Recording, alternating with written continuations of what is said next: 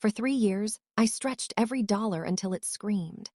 I fed my children rice and lentils night after night, watching their small faces try not to show disappointment, telling myself that this was simply what survival in America required of an immigrant family trying to make it on one income. I begged my husband for grocery money more times than I can count, standing in our kitchen doing math in my head, trying to figure out how $30 more a week could possibly stretch across 7 days for 4 people. Then a single piece of paper fell out of his car onto our driveway, and I learned that the money I'd been begging for had been going, this entire time, into another woman's hands. The life I thought we were building. My husband, Arif, and I came to the United States 9 years ago, full of the particular hope that immigrants carry. The belief that hard work here would eventually translate into a life better than the one we'd left behind. We settled in a mid-sized city, found an apartment in a modest but decent neighborhood, and set about the long, exhausting work of building something from nothing in a country that owed us no favors. Arif worked as a project manager for a mid-sized construction firm, a solid job that paid reasonably well, especially compared to what either of us could have earned back home. I had worked as an accountant before we emigrated, but with 2 young children, our daughter Amina, now 9, and our son Rayan, now 6, and the particular difficulty of transferring professional credentials to a new country, I had stayed home these past several years, managing the household, the children, and increasingly an ever-tightening budget that never seemed to stretch quite as far as it should have. For the first 4 years here, our finances, while tight, felt manageable. We ate reasonably well. We took the children to the park on weekends, occasionally treated ourselves to a modest dinner out, saved a small amount each month toward the eventual dream of buying our own home instead of renting. Then, roughly 3 years ago, everything changed. Arif came home one evening and told me, with the particular gravity of a man delivering serious news, that the company had cut his hours, that a new client contract had fallen through, and that we needed to tighten our belts significantly for the foreseeable future. He showed me a pay stub that appeared to confirm a reduced salary. He spoke, at length and with visible stress, about the rising cost of living in America, about rent increases, about how difficult it had become to make ends meet as a single-income immigrant family. I believed him completely. Why wouldn't I? He was my husband of 11 years, the father of my children, a man I had built an entire life around trusting. 3 years of rice and lentils. What followed were 3 years I can only describe, in retrospect, as a slow, grinding erosion of everything I thought our life together was supposed to look like. Our grocery budget shrank from what had once been a modest but adequate allowance to something that barely covered the basics. Arif, who handled our joint finances and had access to our main bank account, while I managed a much smaller household account he funded weekly, began giving me less and less each week, always accompanied by the same explanation. Things were tight, the company was struggling, we needed to be careful. I became an expert at stretching lentils and rice into every possible variation. I could manage different spices, different preparations, anything to make the same basic meal feel slightly different from the night before, anything to keep my children from noticing too acutely that we were eating the same simple food, night after night, for months, and then years on end. I remember Amina, maybe 7 years old at the time, asking me quietly one evening why we never had chicken anymore, the way we used to when she was younger. I told her some gentle, careful version of the truth, that money was tight right now, that we needed to be careful, that this was temporary. I believed when I said it that I was telling her something true. I begged Arif for more grocery money more times than I can count. I remember specific conversations with painful clarity, standing in our small kitchen, calculator in hand, showing him exactly how $30 extra a week could mean actual vegetables, actual protein beyond the cheapest lentils available, actual variety for our growing children. He would sigh, rub his temples, and explain, again, patiently, how tight things were, how he was doing everything he could, how I needed to understand the pressure he was under trying to provide for us in an expensive country. I did understand, or thought I did. I felt guilty even for asking as much as I did, for adding to what I believed was already an enormous burden he was carrying alone. I took on small sewing jobs from neighbors to supplement what little I could contribute. I clipped every coupon I could find. I became, over those 3 years, smaller and more careful in every possible way, believing I was doing my part to help my family survive a genuinely difficult financial period. I had no idea during any of it that the difficulty was manufactured, that the money existing to feed my children a proper meal was, instead, funding an entirely different life I knew nothing about: the receipt. It happened on an entirely ordinary Tuesday afternoon, the kind of day that gives no warning of how completely it's about to reshape everything that follows. Arif had asked me to grab something from his car, his phone charger, left in the console, while he showered before an evening meeting. I opened the passenger door, reached toward the console, and in doing so, dislodged a folded paper that had been wedged beside the seat, which fell onto the driveway as I stepped back out. I almost didn't pick it up. I almost let the wind carry it away, the way papers sometimes do, unremarkable litter from an unremarkable car. But something, call it instinct, call it the small, nagging unease I'd been suppressing for months without fully numbing it, made me bend down and retrieve it. It was a hotel receipt, a luxury hotel, the kind I recognized by name even without having ever set foot inside one, located about 40 minutes from our home. The date was from 3 days earlier, a Saturday when Arif had told me he was working a weekend shift to cover a colleague's absence. The total on the receipt made my breath catch: nearly $600 for a single night, including room service charges that alone exceeded what I typically spent on groceries for an entire week. I stood in our driveway holding that piece of paper for what felt like a very long time, my mind refusing, at first, to assemble the pieces into the conclusion they were so clearly pointing toward. What I found after. I did not confront Arif that evening. I want to be honest about the several days that followed, because I think the instinct to immediately explode into confrontation, however understandable, isn't actually how most people process something this destabilizing. I needed to understand the full shape of what I was dealing with before I said a single word. I began, carefully, methodically, going through what records I had access to. Our joint bank account, which Arif primarily managed but which I technically had access to as a co-holder, though I rarely checked it, trusting him entirely with our finances. I spent 2 days quietly reviewing 3 years of statements, a process that left me shaking by the time I finished. What I found reorganized my entire understanding of the last 3 years of my life. There was a recurring pattern of cash withdrawals, substantial ones, occurring 2 to 3 times per month, going back nearly 3 years, almost exactly the same time frame as when our grocery budget had supposedly been cut due to his reduced hours. There were credit card charges I didn't recognize, for restaurants I'd never heard of, for a jewelry store downtown, for what appeared to be a monthly payment to an apartment complex across town. A second residence I knew absolutely nothing about, paid for entirely separately from our own rent, which I had watched Arif complain about, at length, as an increasingly unaffordable burden on our tight budget. I hired a friend's cousin who did freelance investigative work, mostly handling straightforward matters like process serving and basic background checks, and asked her to help me understand what I was looking at.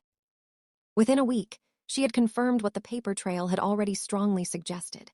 Arif had been in a relationship with a woman named Sabrina for approximately 3 years, the exact span of time our family had been surviving on rice and lentils, and had been paying for a substantial portion of her lifestyle: her apartment, her clothing, expensive dinners, and apparently regular hotel stays on weekends he'd told me were spent covering shifts at work.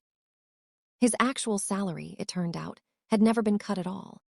The pay stub he'd shown me 3 years earlier, the one that had supposedly confirmed our need for austerity, had been altered. A fact I confirmed by contacting his company's HR department directly, under the pretext of a mortgage application requiring salary verification, and learning that Arif's compensation had, in fact, increased twice over the past 3 years through regular raises, not decreased. Every dollar I had begged for, every night of rice and lentils, Every small sewing job I'd taken on to help stretch our impossible budget further. All of it had been unnecessary, manufactured scarcity, designed specifically to free up money that was instead funding an entirely separate life I knew nothing about. The confrontation. I confronted Arif on a Sunday evening, after putting the children to bed, laying the hotel receipt and printed bank statements on our kitchen table. The same table where I had, for 3 years, served my children the same simple meal night after night, while believing we simply couldn't afford anything more. His face, when he saw what was laid out in front of him, went through a rapid, unmistakable sequence. Surprise, then the visible scramble for an explanation, then, finally, something closer to resignation as he recognized how thoroughly the evidence had already assembled itself against him. "Catherine," he started, and I cut him off immediately. "Don't," I said. "Don't start with an explanation until you understand exactly what you're explaining. 3 years, Arif. 3 years of me begging you for grocery money. 3 years of our children eating the same meal, over and over, while you told me we couldn't afford anything more. And this entire time, you've been paying for another woman's apartment, her clothes, hotel rooms that cost more than our monthly grocery budget. Where did you think this was going to end? Did you think I would never find out?" He didn't try, at first, to deny any of it. The evidence was too thorough, too specific, for denial to hold any weight. Instead, he tried a different approach, one that made me angrier than outright denial would have. "It's not as bad as it looks," he said. "Sabrina and I, it's complicated. It's not just some affair, Catherine. I've been unhappy for a long time. I was going to tell you eventually, I just didn't know how, and things got more complicated than I intended." "You starved your own children to fund it," I said, and my voice, to my own surprise, came out steady rather than hysterical, cold in a way that felt entirely new to me. "Whatever you were feeling about our marriage, whatever unhappiness you think justifies any of this, none of that explains why Amina and Rayan haven't had a proper meal in 3 years. None of that explains why I've been sewing neighbors' curtains for extra grocery money while you've been buying another woman jewelry. That's not about unhappiness in a marriage, Arif. That's about a specific, deliberate choice you made, over and over for 3 years, to let your own children go without so you could fund a second life." What I learned about Sabrina.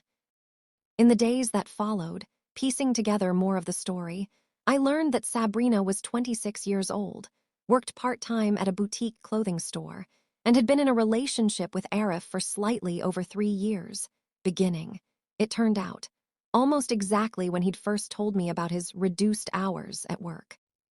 I did not, at any point, reach out to her directly. I had no interest in the confrontation some might expect from a story like this. The dramatic, public accusation, the scene in a parking lot. My anger, overwhelming as it was, belonged with a man who had made a series of deliberate, calculated decisions over 3 years, not with a 26-year-old woman who may or may not have fully understood the specific harm her relationship was funding. What I did learn, through the investigator I'd hired, was that Arif had told Sabrina, throughout their relationship, that he was separated from his wife, and in the process of a divorce that never actually materialized, a story that had apparently allowed him to maintain both relationships simultaneously. Presenting himself to Sabrina as a man extricating himself from an unhappy marriage, while presenting himself to me as a struggling breadwinner doing his best in difficult economic circumstances, when in reality, he had simply been managing 2 entirely separate financial and emotional lives, sustained by lies told in both directions. Building the case. I contacted an attorney the following week, a sharp, direct woman named Farah Osman who specialized in family law and had significant experience with cases involving financial deception during marriage, an area of family law, I learned. That courts take considerably more seriously than I had initially expected. "What you're describing," Farah told me during our first consultation, after I'd laid out 3 years of bank statements, the altered pay stub, and the pattern of expenditures I'd uncovered, isn't just infidelity, which courts generally treat as a private matter between spouses. This is financial abuse and deliberate deprivation. You have documented evidence that your husband misrepresented his income, specifically to justify withholding adequate resources from you and your children, while diverting those resources to fund an undisclosed second relationship. That's a pattern courts take very seriously, particularly regarding custody and asset division. Over the following months, with Farah's guidance, I built a comprehensive case documenting exactly what had happened. The altered pay stub, 3 years of bank statements showing the pattern of withdrawals and undisclosed expenses, records from Arif's employer confirming his actual, unreduced salary, and a careful accounting of exactly how much money had been diverted from our family's basic needs toward his second life with Sabrina. The final figure, when Farah's forensic accountant finished the calculation, was staggering. Over the 3-year period, Arif had diverted approximately $87,000 toward his relationship with Sabrina, money that could have provided our children with a genuinely comfortable life, healthy food, new clothes as they grew, the small, ordinary pleasures of childhood that we had denied them, unnecessarily, for 3 straight years. The divorce. I filed for divorce 2 months after finding that hotel receipt in our driveway. Arif, initially, tried to fight the financial disclosures I'd assembled, hearing an aggressive attorney of his own who attempted to characterize the $87,000 as simply his own income, which he was entitled to spend as he saw fit. Farah dismantled that argument methodically in mediation, walking through the specific pattern of deception. Not simply that Arif had spent money on an affair, which the law generally treats as a private matter within a marriage, but that he had actively misrepresented his income, specifically to justify withholding basic necessities from his own children while directing those resources elsewhere. A pattern that shifted the case from a straightforward asset division dispute into something considerably more serious in the eyes of the mediator, and eventually, the family court judge who reviewed our case. The final settlement reflected the severity of what had happened. I received significant spousal support, reflecting the deliberate financial deprivation of the previous 3 years, full primary custody of Amina, and Rayan given the documented pattern of neglect regarding their basic welfare, and a considerable portion of marital assets that accounted for the $87,000 Arif had diverted toward his relationship with Sabrina. Money the court agreed should be, in effect, restored to the family whose needs it should have served in the first place. Rebuilding. The months following the divorce were, in many ways, harder than the discovery itself. The practical, exhausting work of rebuilding a household, finding full-time work again after years away from the accounting field, helping 2 young children process the confusing, painful reality of their family fracturing. But I want to be honest about something that surprised me in the middle of all that difficulty. The first time I took Amina and Rayan grocery shopping after the settlement was finalized, and let them each pick out something they wanted, real fruit, a treat, a cut of chicken instead of the same lentils we'd eaten for 3 straight years. I cried in the cereal aisle, quietly, watching my children's faces light up over something as simple as being allowed to choose their own food for the first time in years. Amina, now approaching 10, has slowly begun to understand more of what actually happened during those 3 lean years, in the careful, age-appropriate way I've tried to explain it to her. She asked me once, holding my hand in the grocery store, whether it had really been about money the whole time, or whether her father just hadn't wanted to spend it on them. I told her the truth, as gently as I could manage, that some people make choices that hurt the people who love them most, and that it wasn't about her, or her brother, or anything either of them did or failed to do. It was about a choice her father made repeatedly, for reasons that had nothing to do with either of them, and everything to do with decisions only he could have made differently. Epilogue. It has been 18 months since that receipt fell out of Arif's car and onto our driveway. I have rebuilt, slowly, a life that looks nothing like the anxious, careful, hungry existence of those 3 years. A modest but genuinely comfortable apartment, steady work back in accounting that I'd feared, for years, I might never return to, and children who eat now, without a second thought, the ordinary varied meals that had once felt like impossible luxuries. I kept that hotel receipt, oddly enough, the same way I've come to understand other women in similarly painful situations, often keep the specific piece of evidence that finally expose the truth. It sits in a folder with the other documentation from that period. Not because I need reminding of what happened, but because it represents, in a strange way, the exact moment my life stopped being built on a foundation of manufactured scarcity and started being built, instead, on the truth, however painful that truth initially was to face. Arif has since moved in with Sabrina, according to mutual friends, though I've made a deliberate choice not to follow the details of that relationship closely. I hope, genuinely, that whatever life he's building now is an honest one, built without the specific cruelty of starving his own children to fund it. I hope, for Sabrina's sake as much as anyone's, that whatever he's told her about his past is closer to the truth than what he told me for 3 long years. As for me, I think often about the particular, quiet strength it takes to survive scarcity you don't yet understand is a lie. The discipline, the sacrifice, the countless small ways I stretched impossibly little into just enough, believing, the entire time, that I was doing everything I could for my family. I was doing everything I could. I simply didn't yet know that the scarcity itself had never been necessary at all. My children eat well now. They eat whatever ordinary, varied food any child deserves, without me doing complicated mental math about how far $30 needs to stretch. And every single time I watch them choose their own dinner, without hesitation, without asking whether we can afford it. I understand a little more clearly exactly what those 3 years actually cost us, and exactly how much more, now, we finally have. The end.